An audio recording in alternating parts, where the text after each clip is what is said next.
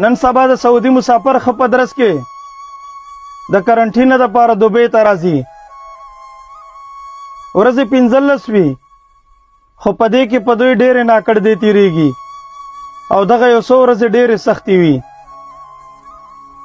د ټریول ایجنسو والا چې تل یې د داسې موقعو او وختونو نه ګټه پورته کړې ده، د ظالمانو د خدای نه یره نه کېږي. د زرګونو روپو ټیکټونه پې په لکونو روپو خرڅوي.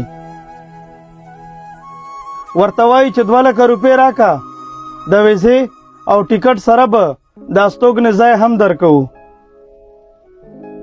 بیا چې مسافر دلته دوبۍ ته راشي، نو دغه حرام خواره ټریول ایجنټان ته موبایل بند کی او ځواب نه ورکوي، او دوی دغسې بیار او مددگار اوړي راوړي.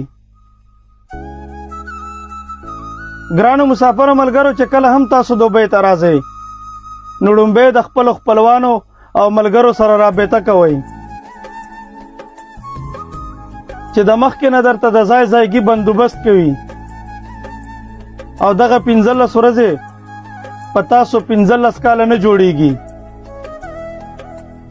او دلته بیا په ځمکه او بیابان شپې نه تېروئ. ګنې نو بیا د دې ظالمانو او حرام خوارو ټریول ایجنټانو ظلم او زیاتی ته تیار اوسئ. دوی زما او ستا مجبورۍ ته نه ګوري، خپلې ګټې، فایدې او خوشحالۍ ته ګوري. همدغه د دوی د ګټې وټې سیزن ده، نوره ستاسو خوښه.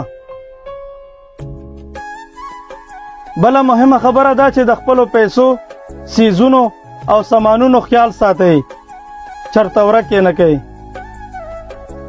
د دوبۍ مسافرو ملګرو ته پکار دي چې د سعودي د مسافرو د زړه نه خیال وساتي چې خفه نه شي. شعر دی چې د خېټې غمه څومره لرې دې راوستی یمه، د خېټې غمه څومره لرې دې راوستی یمه، بلا مو دا وشوه چې مور مې زه لیدلی نه یم.